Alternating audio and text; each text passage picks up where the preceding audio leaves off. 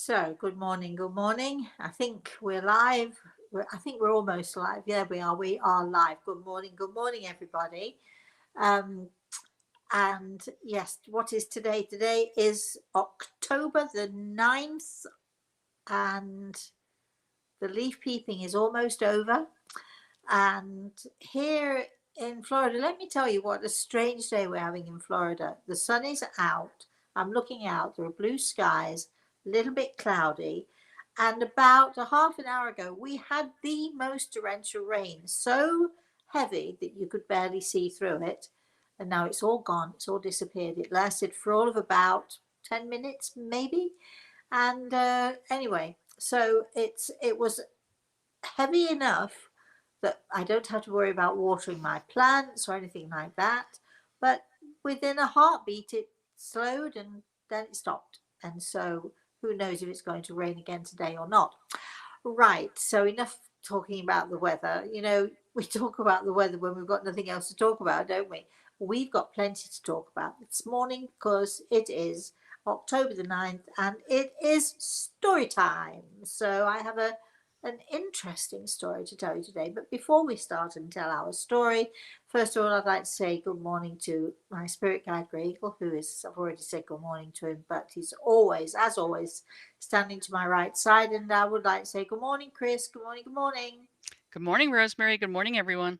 And how is the weather there in your leaf peeping area? Oh, we got beautiful blue skies. It's a very sunny day. It's going to be great for leaf peeping today. Oh, nice. And I understand that as soon as the show is over, you're going to be hot foot out there. And any idea where you're going today?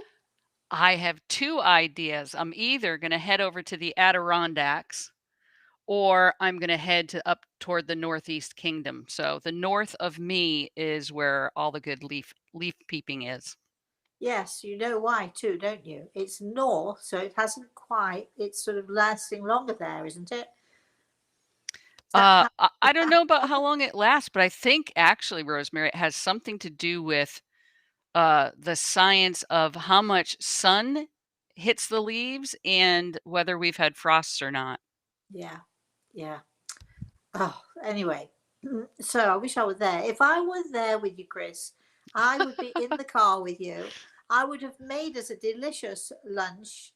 Maybe, let me think, what could I could have made a salmon en croûte that we could have nice sliced, nice and cold. I love salmon en croûte. You know, I haven't made it in ages and ages.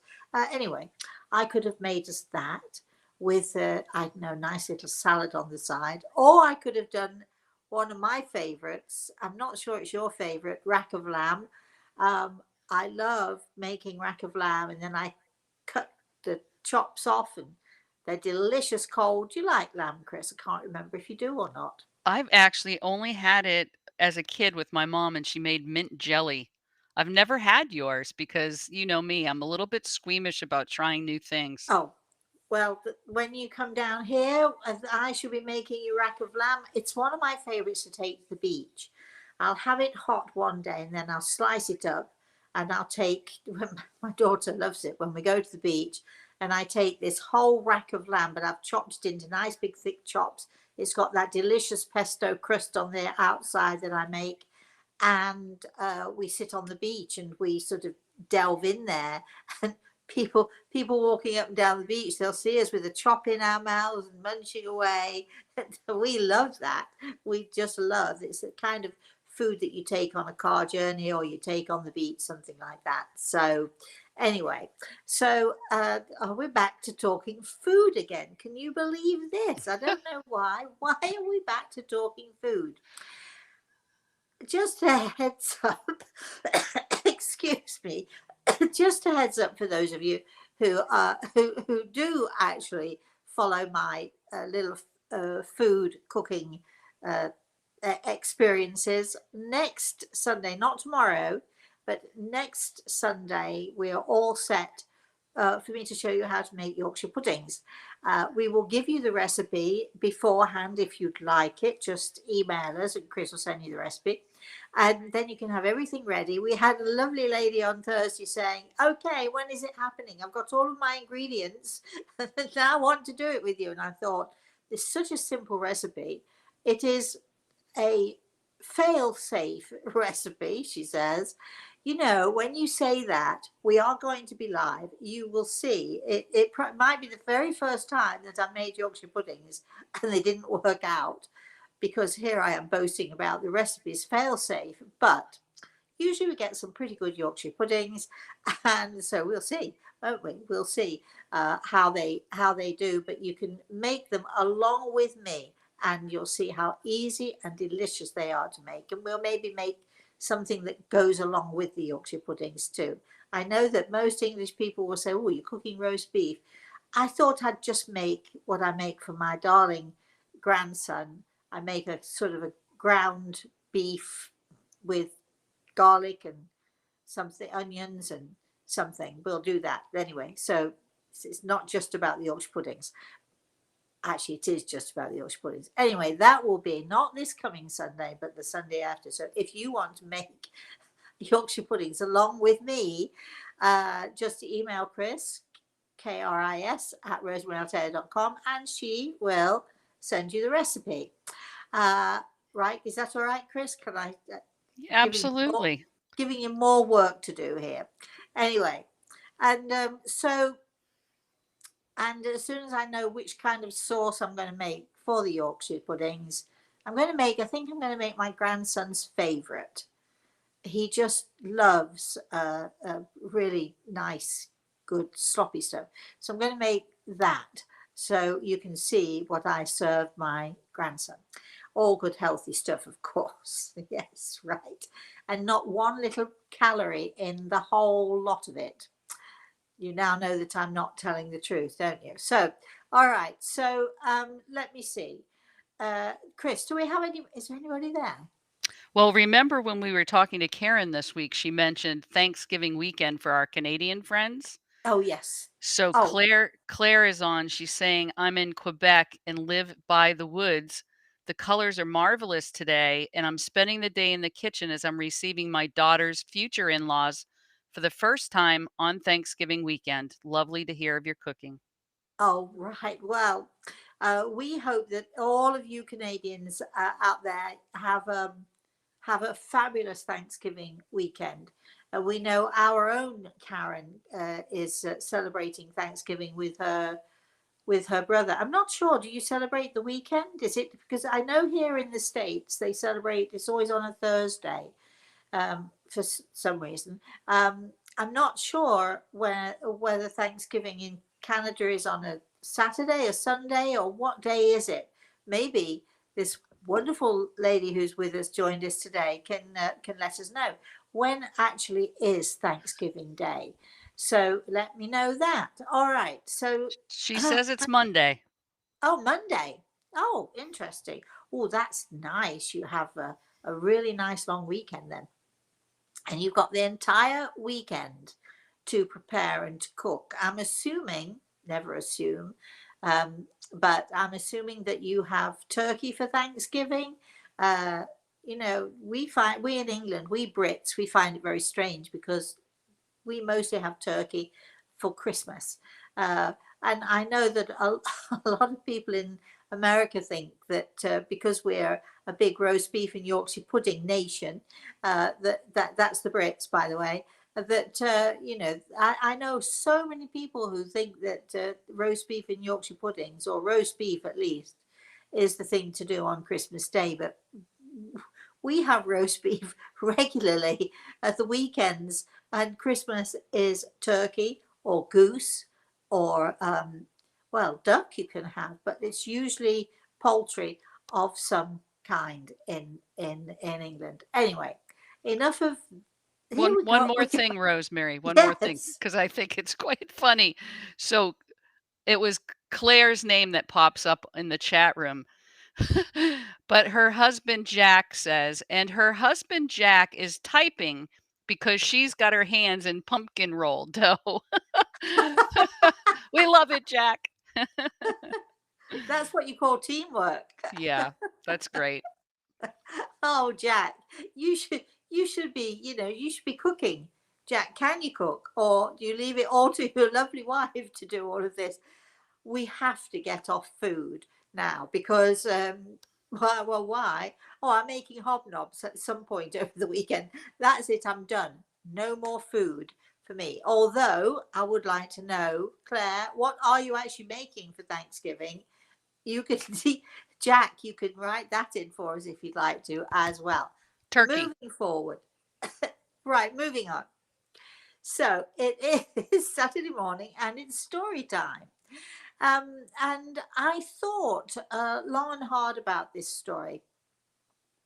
Um, well, actually, as I do most of the stories I'm going to tell, but I thought long and hard about this story because I have a little bit of an aversion to fireworks. And on the 5th of November, that's next month, on the 5th of November, we are going to be talking about celebrating Guy Fawkes and celebrating how the Brits burned him or whatever they did with him. I think they hung, draw and quartered him.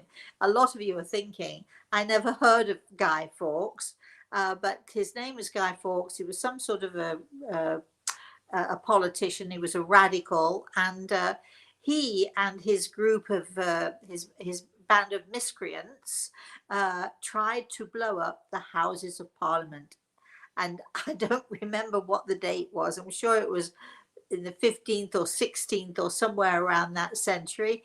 I'm going to have to check it out before we celebrate next month. But on November the 5th in England, it is Guy Fawkes Night, and we traditionally have a big bonfire and light fireworks and so on and so forth. And I'm going to tell you closer to the day why I have an aversion to fireworks, which is why I'm, sort of did think, should I tell this story today? But I thought, yes, I will.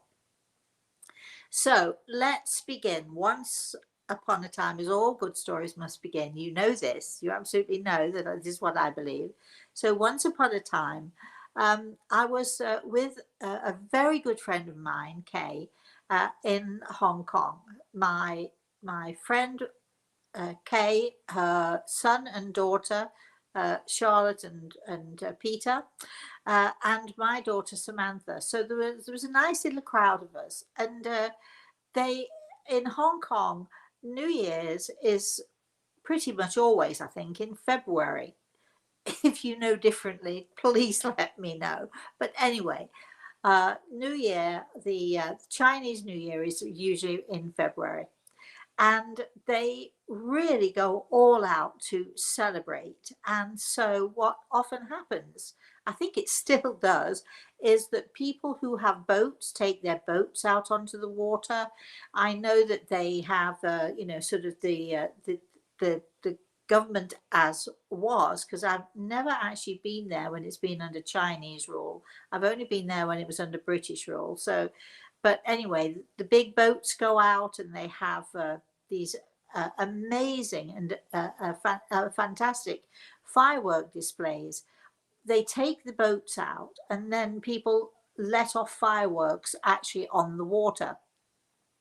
So what happens is all around the quayside, people gather, and there are enormous crowds of people who gather on the waterfront and around the quayside, which is where we were, and you can they take the boats out and they have this enormous firework display which is right out on the water, and the fireworks are spectacular, absolutely spectacular. And you can imagine that everybody's happy, everybody's enjoying themselves. It's New Year, so the Chinese are celebrating New Year. They have these fantastic processions. They dress up as dragons. They have this huge, people, lots of people underneath a cloth that looks like a dragon. They have these big displays and the music's going on. It's an amazing thing to be a part of, and it's amazing thing to watch. And so the culmination of all of that firework display is at around, I think, somewhere around midnight. They have all these fireworks that are going off everywhere. So we decide, the five of us, we decide to all sort of go down there, and we're excited. I'm not too concerned about the fireworks because they're way out in the water. when it comes to November, I'm going to tell you a story about fireworks. But anyway, so they're way out on the water, so there's nobody going to get hurt. There's no damage to anybody. They're way, way out. But what also happens is, even though they have these huge boats out there that to put off, officially do the firework display, they have people who have boats, some big, some smaller. They all go out onto the water, and there's a lot of partying going on. And smaller boats let off their fireworks as well. So this is like a, if you can imagine it, it's like a Mardi Gras on the water. Okay, so this is all going on. And I'm standing there, and just like everybody else, it's a real party. And people on the boats are waving and shouting. Everybody's drinking. People on the quayside, as we are sort of waving and happy and so on. And at one point, I was very much aware that Gregor had his hand on my shoulder. So I knew, as I always do when I feel him around me, I knew to pay attention. Now, the reason I'm telling you this story is because there are so many of you who have experienced loss. There are so many of you who experience loss and have to live with that every day. There are so many of you out there. We have a friend of mine has a very good friend who's in hospital and very sick. He's only young. There's nothing that they can do to help him. And in fact, until recently, they were not allowed even to go into the hospital to see him because of COVID. Anyway, so we feel helpless, don't we? We feel lost and we feel helpless, and we feel that there's absolutely nothing that we can do. And we desperately want to do something. We desperately feel that if only we could do something, maybe things might be different, or maybe we could, change what's going to happen. But we also know, and you also know, if you're watching me, you know that I firmly believe that we cannot die before our time. Things happen to us. There are inevitable things that happen to us. Some things we can change, and some things we simply cannot change. So here I am in the middle of this sort of huge Mardi Gras atmosphere, this fabulous Chinese New Year with everybody celebrating and fireworks going off crazily everywhere, right, left and center. All of the boats out into the water. It was fantastic. And as I said, in the midst of all of this, and in the midst of all of the noise and all of the cheering and all of the stuff that was going on, I feel Gregor's hand on my shoulder, and I know to pay attention. And he directs me out onto the water, and I see all of these boats, many boats, big and small boats, and he directs me out onto the water, and he tells me that someone is going to be lost on the water. And I ask him, what does he mean? And he says, you need to be quiet and listen, watch and listen. So I'm watching and I'm listening, and I'm not now watching the fireworks. I'm watching beyond the ordinary vision. I'm watching, I'm listening in my way. And I see this whole thing happening before my eyes. I see a man falling over one of the boats, literally going overboard and into the water. And I asked Gregor, what can we do? Can we somehow, and we're standing in the middle of a crowd, of course, there's nothing that we can do physically, but can we do anything else? And he says to me, there's nothing that we can do. He is lost, but he is also found. It is his time, Rosemary.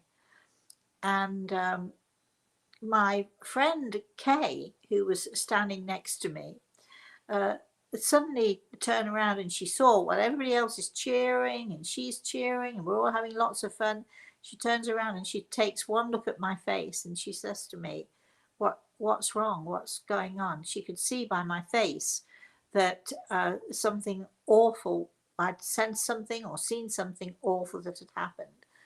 And I said to her, there's a man who just went overboard and is drowned on one of the boats out there. And she, like me, and all of you who are experience things that seem somehow beyond our control, what can we do? What should we do? Should we alert someone? What can we do? We couldn't alert anyone. We could barely hear ourselves speaking. And I already knew from what Greg had told me, and I already knew from what I was seeing, sensing, that there was nothing to be done, that it was this man's time. But how to know?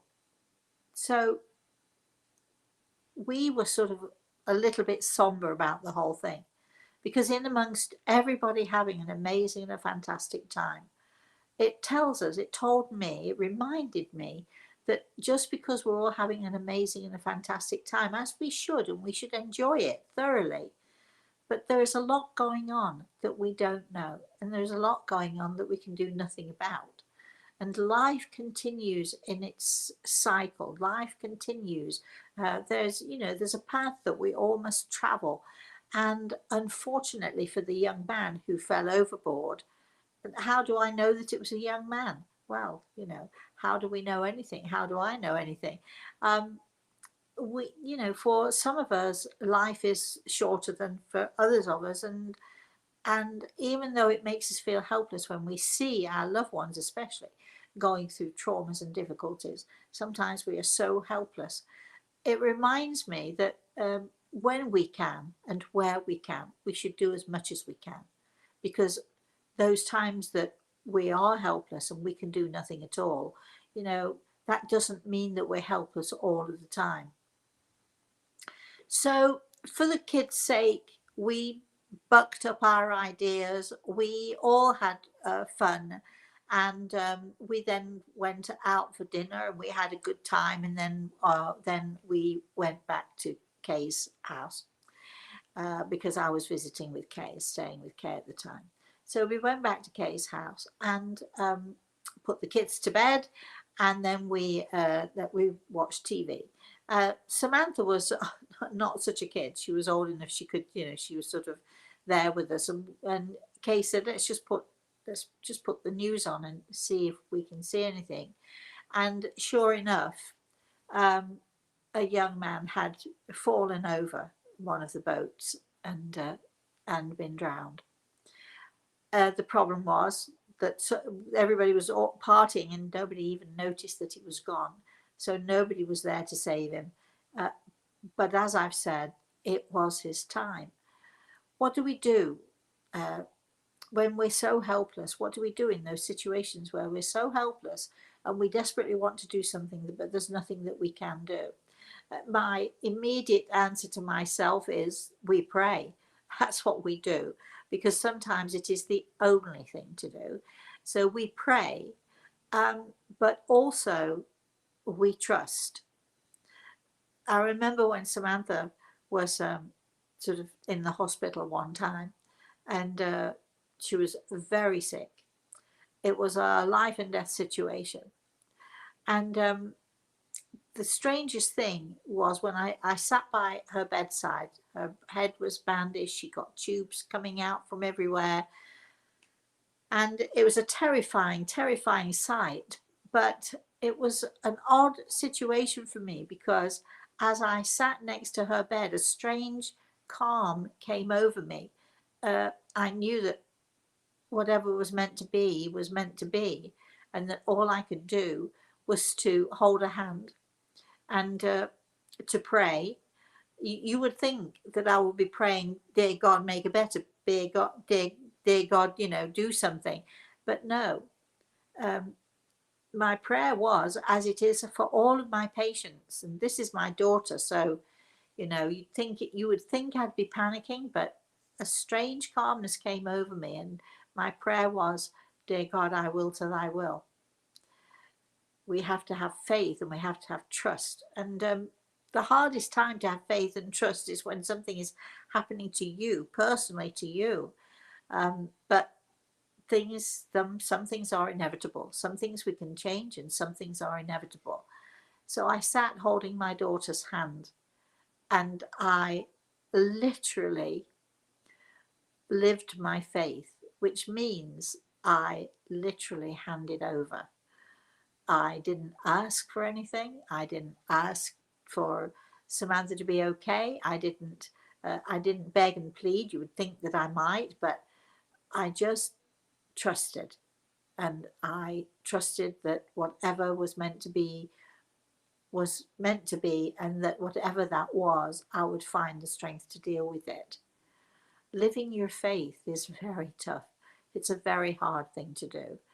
In a room full of 2,000 people, 3,000 people, 5,000 people, you can ask people, and I've done it many times, how many of you here believe?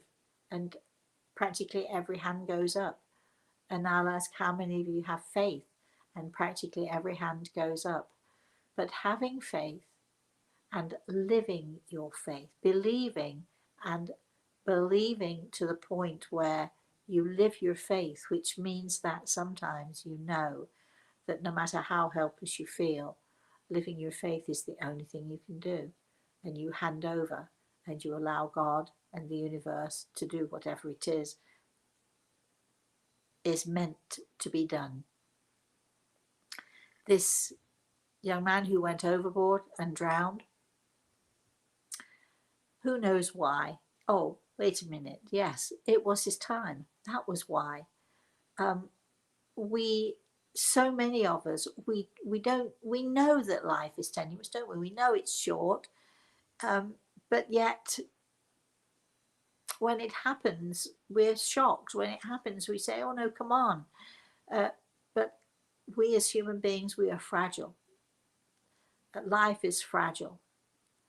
I know that there's going to be a lot of partying this coming Monday in Canada. I know that this weekend there's a lot of you partying for one reason or another, birthdays, celebrations of some kind, anniversaries, and we should enjoy our lives, and we should really, really understand that our life can be taken, we can be lifted, as I like to say, at any moment of any given time.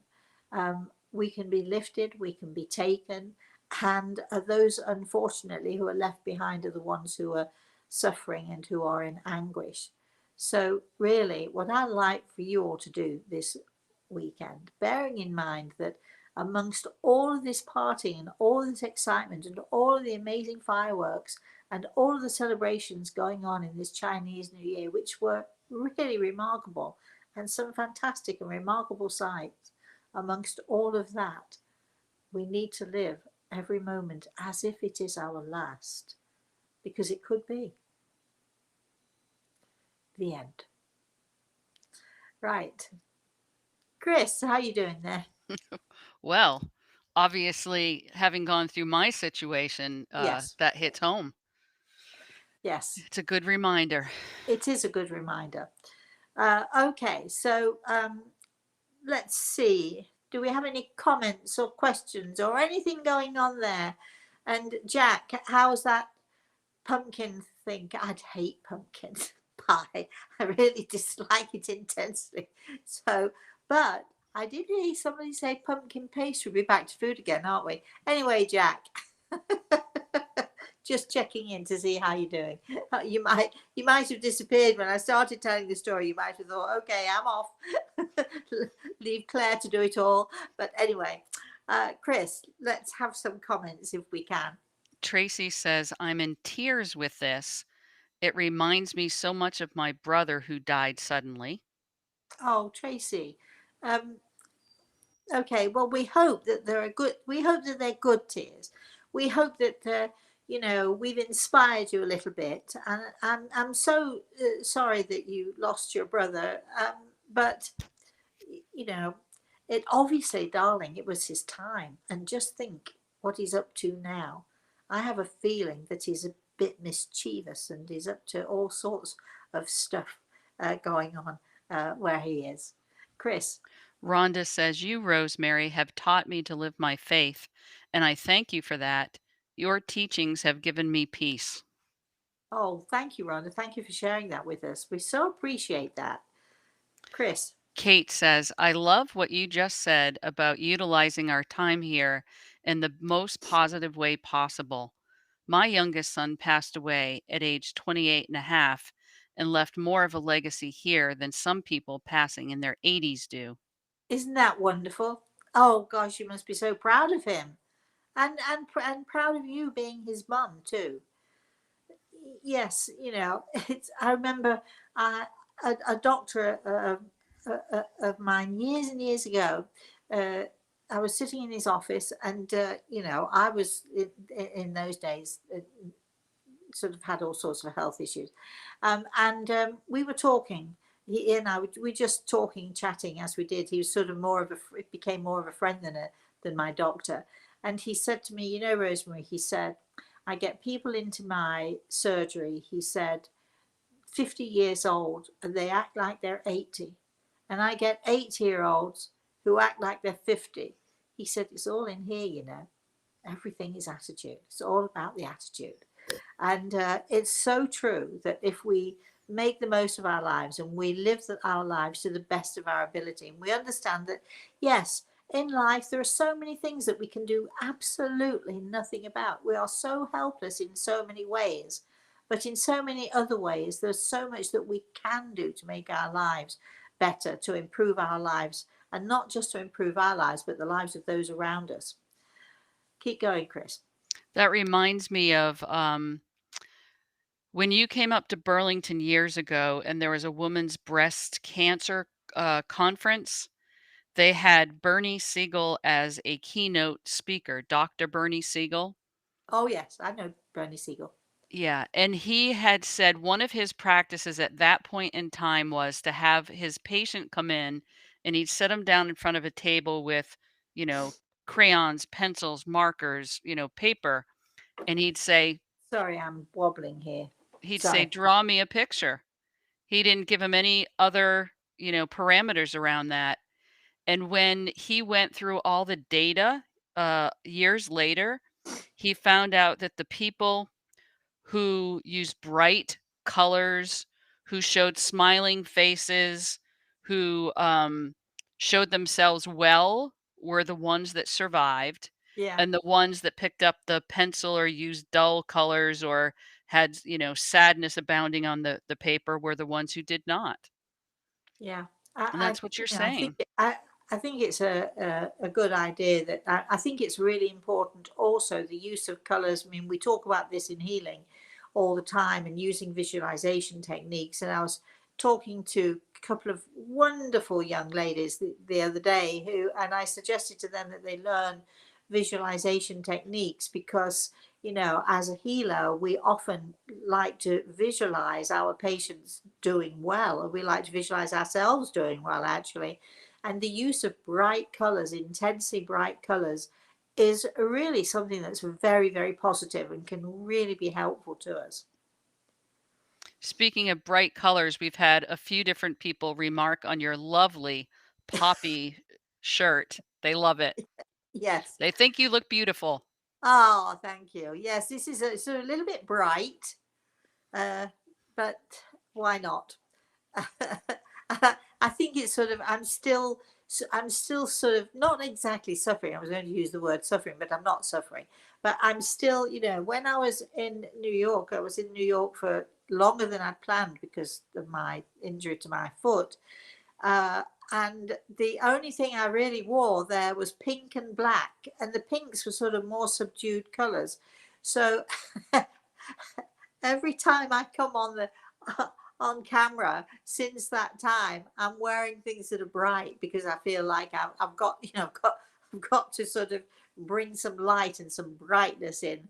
And I'm not wearing black nearly as much as I like to do, and I'm trying to avoid pink for now. Having said that, you never know, I might be wearing pink before you know it. But yes, this is my oh, let's be bright and happy little shirt here.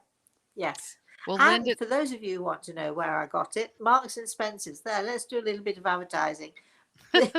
British Marks and Spencer's, but it's old. You won't be able to get it now because it's old. Anyway, Chris.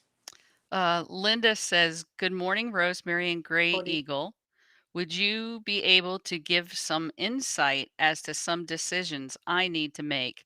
I'm struggling and much appreciated." Um,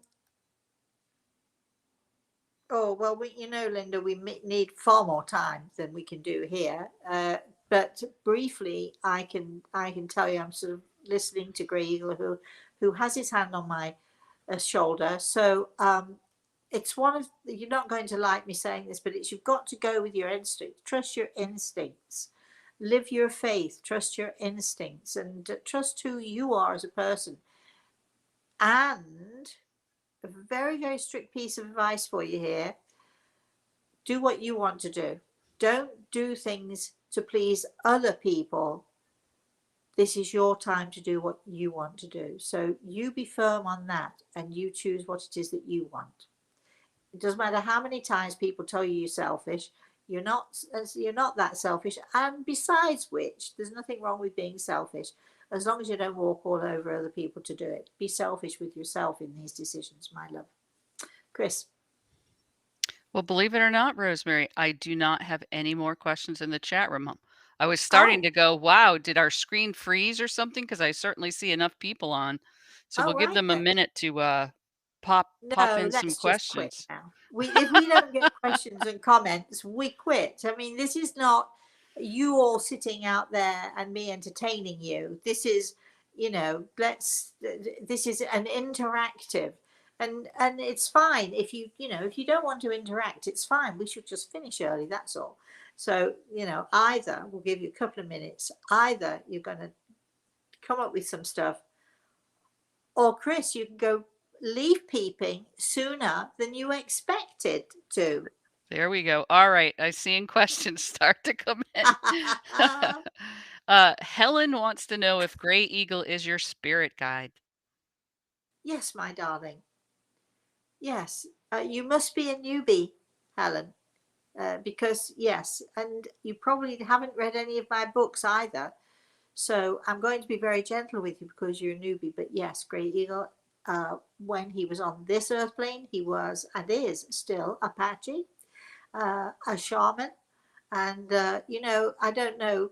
I actually had occasion to say this to somebody just the other day, that a true shaman can only be taught by a true shaman. And I know that in America, and I know that in lots of different places, people think, I can take a course. I'll take a 3-month course on how to be a shaman, and then that's it. I'll get a certificate, and there you have it. But no, it isn't really like that at all. So Gregor is a shaman who has taught me. I never claim to be a shaman because, because I don't, because it's, why would I? But a shaman can only teach a shaman. So I do know some shamanistic things, but I do know some of the rituals and I do know many of the beliefs of a shaman. But I would never actually call myself a shaman. I leave that to Greg Eagle because he's way better at any of this than I am. Chris, Kate wants to know, does it who hurt does? Kate? Yeah. Does it hurt our loved ones when we grieve? Well, yes and no. I mean, we're human, aren't we? And our loved ones in the spirit world, when they see us grieving, when they see us crying, they are very sad for us. But they also do their very, very best to let us know, hey, we are here, we're still here, which is why many of us receive signs and symbols, and we sort of have those feelings of feeling somebody drawing close to us.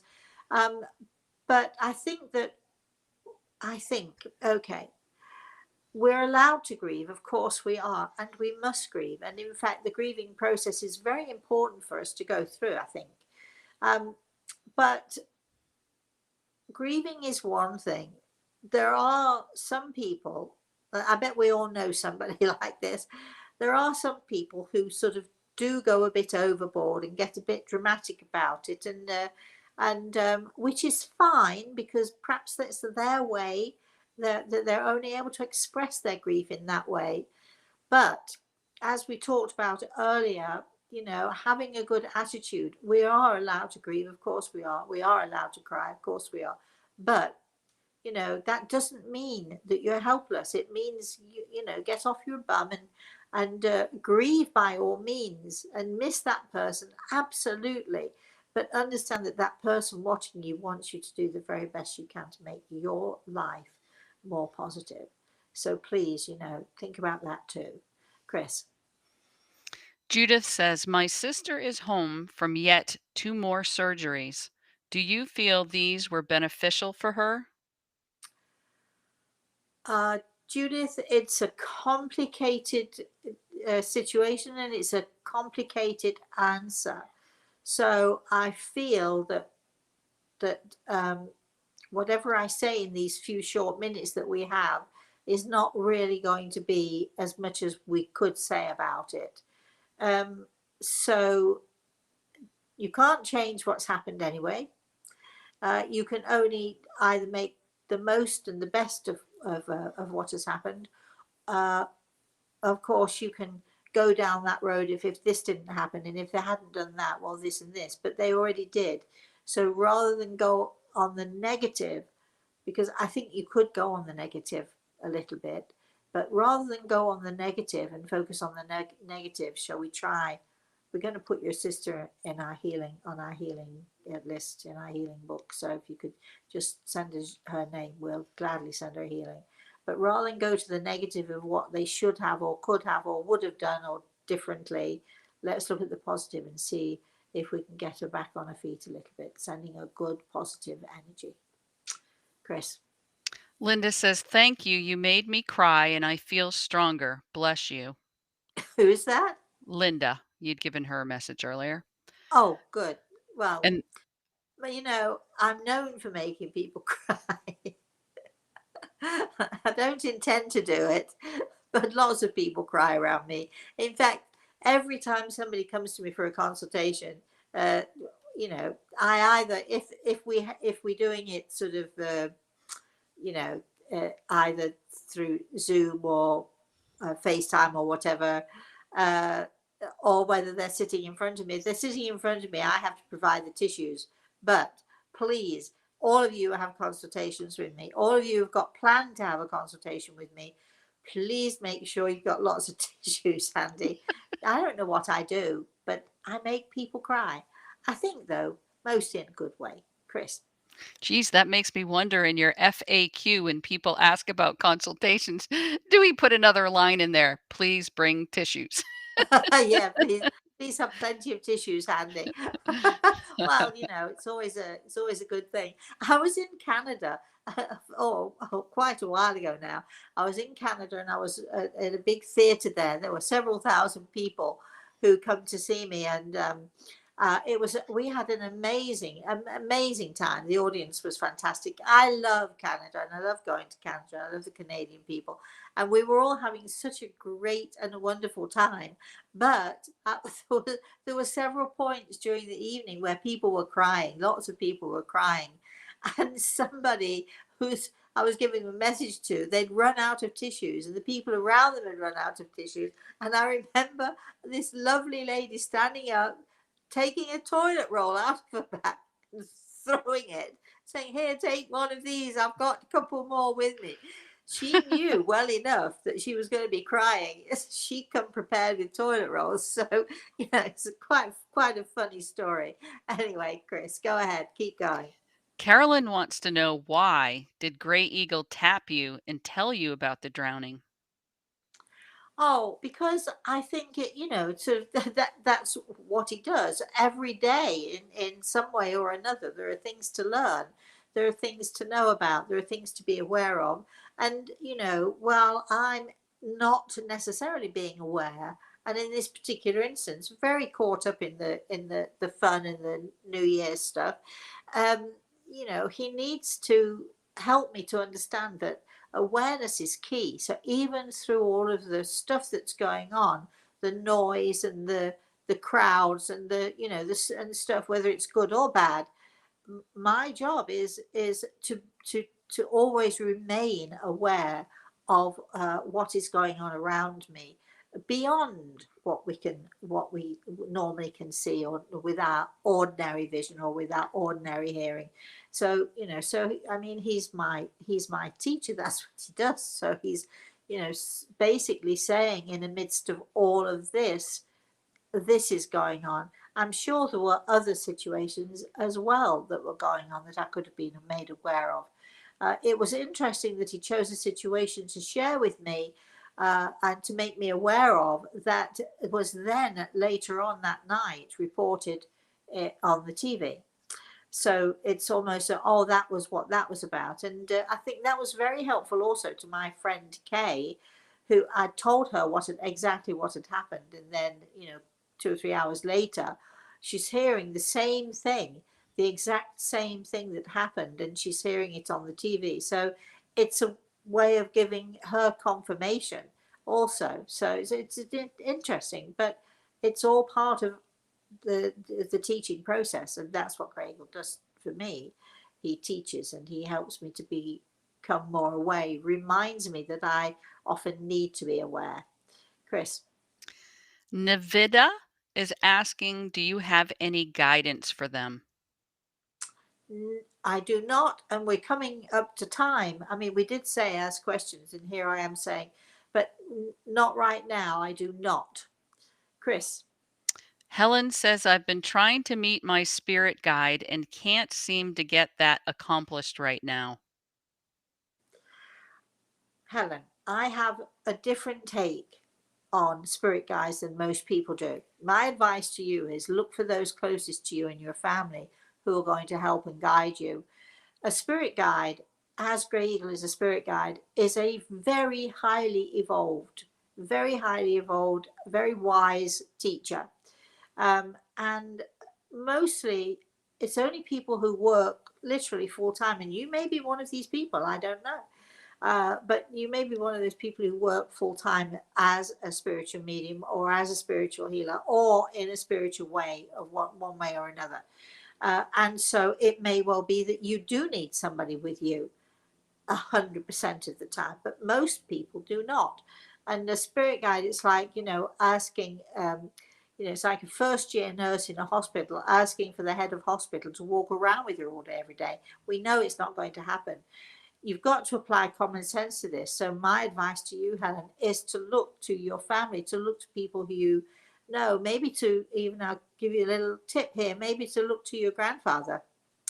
There. Chris. Kate says, can passed on loved ones become our guides? Yes. Yes. They are, they help us, they steer us, they guide us. They are not spirit guides as such. They are not angels as such, but very often I'll hear loved ones in the spirit world who say, "Tell them I'm their angel. I'm with them. I'm helping them. I'm guiding them. I'm steering them." They are your family. They are your loved ones. They are the people who love you the most and who know you the most. And so they're the people that most of us need to be looking for that help and guidance. Yes. Vicky's asking, is my mom, long past, proud of my daughter? Peace and love. Well, here's what I'm going to say to you, and we must have, Gregor must have known your question was coming, because when you talk about your mum, I'm told, and this applies to all of you out there who are looking for help and guidance and wondering, do I have a spirit guide? So our loved ones, our family, and darling, especially your mum, is your guiding light. So our loved ones in the spirit world are our guiding lights. Whether we pay attention to them is our choice. Whether we see them, whether we become aware of them is our choice. Yes, it is. It's really our choice. Are we going to listen carefully? Are we going to listen a lot? And you're asking a question here, my darling, from your mummy, who is, even as I'm talking to you, I'm catching glimpses of a lovely lady standing in front of me who's waving furiously, so excited that she's actually managed to gain my attention here, waving at you furiously. But you're asking a question you already know the answer to. I'm told your daughter is so beautiful. a little bit tricky sometimes. She can be very stubborn, which is actually a good trait. I'm a very stubborn person too. Don't give people a hard time because they're stubborn, because that stubbornness can, drive you to do things that, that most people wouldn't ordinarily do.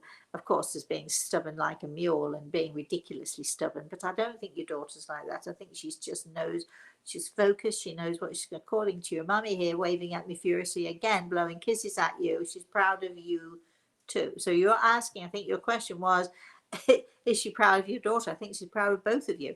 All of you, in fact, she's correcting me. Okay, Chris. Helen responded back to you. Thank you so much. I wish I could look to my grandparents, but unfortunately, they are all dead. Pretty much my whole family is dead. I have Darling, very few people left, but thank you. It helps me to understand how it works better. darling, listen to me, Helen. Darling, darling, darling. There's no such thing as being dead.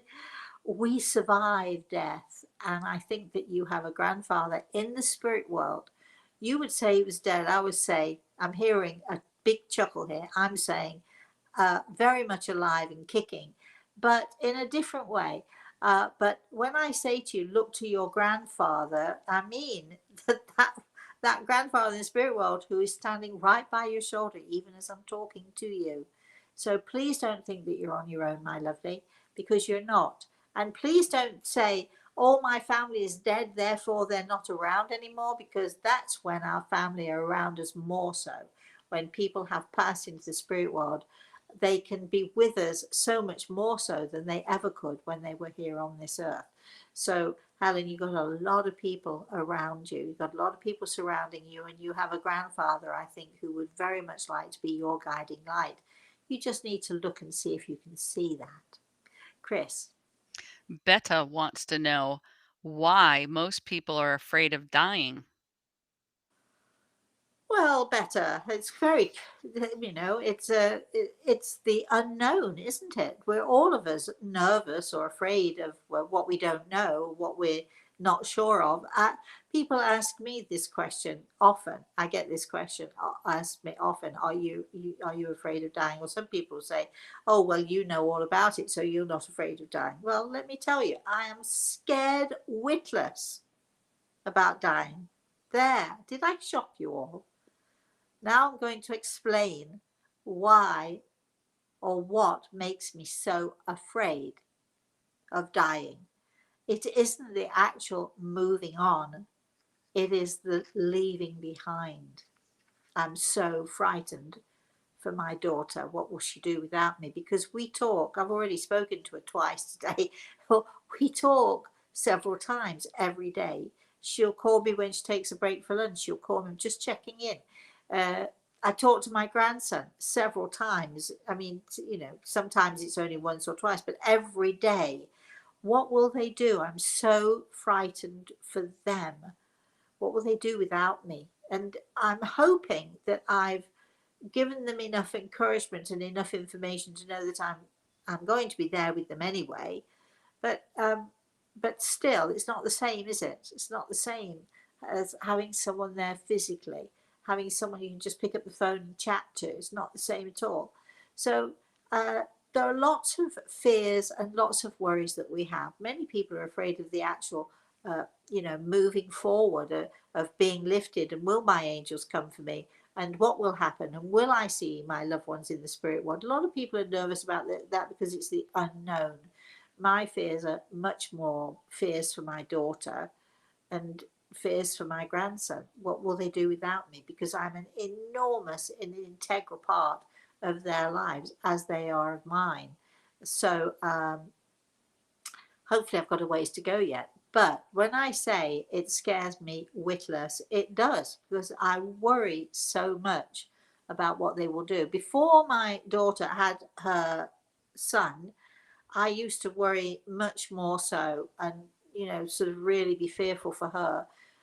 But when she had her son, and now they're so close, they have such a wonderful and such a close relationship, I don't worry so much, because I feel that, before she had him, there was only she and I. And now she has somebody else. She'll have somebody to take care of and somebody to be with. And he will have someone, Reese will have somebody to explain things to, and they'll talk about me a lot, and they'll have lots of memories and remembrances and so on. So it won't be as bad as if they were on their own and had nobody. But still, my worry, my fear of dying is that I want them to be happy, and I want them to be able to manage without me, even though I don't really want them to be able to manage without me. Do you know what I mean? Okay, Chris. Peace says, I don't have any children. I wonder what's the point of life if no one's going to be there. Well, listen, my darling, darling, what is the point of life? The point of life is to make the most of it. Life is a precious gift to us. We learn, we grow, our soul becomes lighter and brighter, or not, as your choice will show. The point in life and the point in living is to is to learn and to grow and to understand more and to find joy in every single day. And even if you're having a rotten, lousy day, if the oven is broken just when you put your hobnobs in, for instance, that would be an awful day for me. You know what I'm saying? If the worst happens, even in the worst days, if you can just look to the sun and find a little joy in the sun, then you're feeding your soul, you're feeding your spirit, you're bringing light and energy to your soul. That is the point of living, and the point of, you're here, my darling. I know this is not your first time watching us on this show, so here is one point for today, is that I, the great Rosemary Altea, you do know I'm saying that tongue in cheek, don't you? I am sending you my love and my energy in this very moment. Wasn't that worth living for? And there are lots more moments like that, my darling. And I'm sure, if you get off your butt and you get out there and you look for joy, you will find it, I promise you. Chris. I think we're right at time, Rosemary. Okay. So Did you just want to remind people about your upcoming events? oh, sure. Well, yes. Well, here's another piece. Here's another thing to look forward to. On the 29th of October, because October is our month of, we're celebrating the spooky stuff, we're celebrating the unknown, we're celebrating the things that maybe happen that we don't necessarily understand. And on the 29th, which is a Friday evening from 7 p.m. Let me get this right. 7 p.m. Eastern Standard Time. That's New York time. 7 p.m. in England. We planned this just for you guys. Is the witching hour. So we're going to be celebrating Halloween, and we're going to be telling stories, Halloween stories. We are having our webinar. Ticket price, we brought it as low as we possibly can, because we have to pay other people to do this. Understand that. So tickets will be $12.50. I don't know what that equates to in British money. I'm sorry, I'm lost on that one. But and all around the world, and Canada, I think. I don't know what. Sorry, not Canada, Australia. I don't know what time it'll be in Australia. I'm not sure. But anyway, around the world, think about this. All of you, we're going to have a story time. We're going to be sitting, and I'm going to be telling you some spooky stories, ghost stories. I don't believe in ghosts, but when I was younger, of course, and before it was all explained to me that there was no such thing as ghosts, I believed in ghosts, and I had so many spooky, weird things happen to me. So we're going to be talking about that. So we're going to be literally sort of sitting around a fire. I'm going to suggest you all make yourselves a hot chocolate, or if you want to bring some spirits to the party, by all means, we can vodka tonic, or a let me see, a hot toddy. I can teach you how to make a hot toddy. We could do that, couldn't we? Hot toddies are great for that time of year. Uh, um, and we're going to be telling the stories. And if you all want to join in, we would love to hear your spooky stories, ghost stories, anything unusual that happened to you, unexplained, that happened to you, you can email Chris, Kris, at rosemaryaltea.com, and we are going to be literally sharing stories, telling stories, and sitting round the fire and just having a wonderful spooky night. So that's what we're going to be doing 29th of October. So that's in a couple of weeks. I've already mentioned next Sunday, not tomorrow, but next Sunday, we're going to be doing Yorkshire Puds. It'll be around 11 a.m. Eastern Standard Time, I think, if that's okay with Chris. We have to talk about it, but we're going to be cooking. And I'm going to be showing you how to make Yorkshire puddings, and maybe I'm going to be showing you how to do something else with some other stuff as well. So that's what we're going to be doing. My fail safe, keeping my fingers crossed. I could be really mortally embarrassed, not mortally, but dreadfully embarrassed if my Yorkshire puddings go flat on me for whatever reason. And here I've told you they're the easiest and the best way to make Yorkshire pudding. If you want the recipe and make it with me, again, you can email Rosemary at rosemaryaltea.com, or Chris, Kris, Chris at rosemaryaltea.com. There's something else coming up. What is On it, the Chris? 20th, we have the bottom brick exercise. Oh, yes. And on the 20th, we have a lovely volunteer. We're going to be doing this live. Chris, can you give us the information on this? Absolutely. So it's Wednesday, October 20th, 5 p.m. Eastern Standard Time. Cheryl has volunteered to come on and do Rosemary's bottom brick exercise, much like we had a few volunteers do back in May. And those videos are on YouTube or on our website if you want to know more about them. Our website is rosemaryaltea.com. The bottom brick. I know some of you are thinking, what is that then? We have the Bottom Brickers Club going on here. I think this will be the fifth one that we've done publicly, but there are some who we didn't do so publicly who are still bottom brickers. If you would like to be a bottom bricker, go to the website or go to YouTube and find out, to check it out and find out what it's about. It is one of the best and the most inspirational and healing exercises that you can do. It's an amazing exercise. I think it's one of Chris's favorite exercises, right, Chris? I think it has the most impact on an individual life. Yeah, immediate. Should we say immediate and obvious impact on somebody's life? So it's like, you do the exercise and you don't have to wait and see how it's going to work out. You see the immediate impact, and then it just gets better and better as you go along with that exercise. It's a brilliant exercise. So we're doing that on the 20th, Wednesday, with, did you say Cheryl? I did. Brave, brave Cheryl. I'll be gentle. I promise. I'll be very gentle with you, my darling. All right. So we've got lots going on. We should be back next Thursday with the Spirit World Sees All, and we know that they do. I'm going to wish all of you in Canada, I don't know if Jack's still listening, and Claire, do have a wonderful and amazing Thanksgiving. And, let me know what is pumpkin pastry anyway. So we're not getting into food. So excuse me. So we should be back on Thursday. We shall also be doing, as we did last week, we'll be doing at least one off the cuff this week, if not two. So watch for us.